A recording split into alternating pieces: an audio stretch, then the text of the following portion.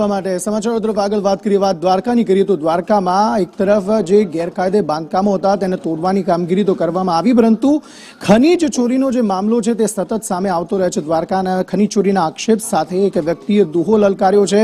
દ્વારકાના ભાંડવડમાં જે ખનીજ ચોરીના આક્ષેપ થયા તેમાં માલધારી યુવાને ભ્રષ્ટાચારને લઈને આ દુહો લલકાર્યો છે અને માલધારી યુવાને ખનીજ ચોરીનો આ વિડીયો જે છે તે પણ વાયરલ કર્યો છે. મારા જંગલમાં થતો ભ્રષ્ટાચાર કેમ બંધ થાય? અધિકારીઓ વેચાઈ જાય છે, જંગલમાં આગ લાગી જાય છે. મારા જંગલી પ્રાણીઓ કેમ જીવી જાય છે?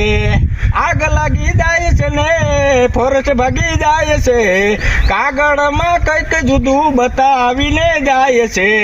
જંગલમાં ખનીજ બંધ કરો રે તો આગ ના લાગે ડીઓ ફોસાદ.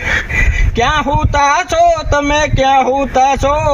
જમીન પર જાનવર રે છે, ઝાડવા પર પંખી રે.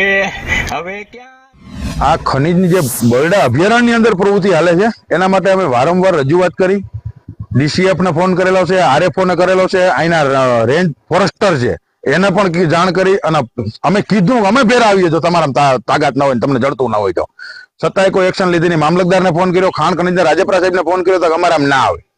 મામલતદાર સાહેબ કે અમારા આમ ન આવે, ફોરેસ્ટ વાળા એમ કે અમારા આમ ના આવે. તો આ જમીન આવે કિનામાં અને ખાણ ખનીજ જે થતું હોય ને તો તરત ગમે ત્યાંથી કોઈ ખેડૂત જતો હોય તો તરત ખાણ ખનીજ આવી જાય, તો એનામાં આવી જાય બધે.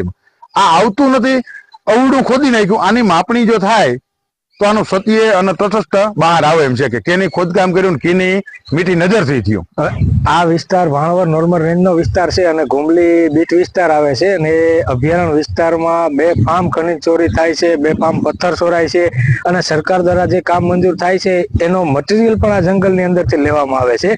હું દરેક અપીલ કરું છું કે ફોરેસ્ટ વિભાગને કે આની તટસ્થ તપાસ કરો, જે લોકો આમાં સામેલ હોય એના પર કાયદેસર કાર્યવાહી કરો અને જેટલું પણ ખનીજ ચોરી થયેલું હોય એની તટસ્થ માપણી કરી અને યોગ્ય એની કાર્યવાહી કરી અને જે ગુનેગાર હોય એના પર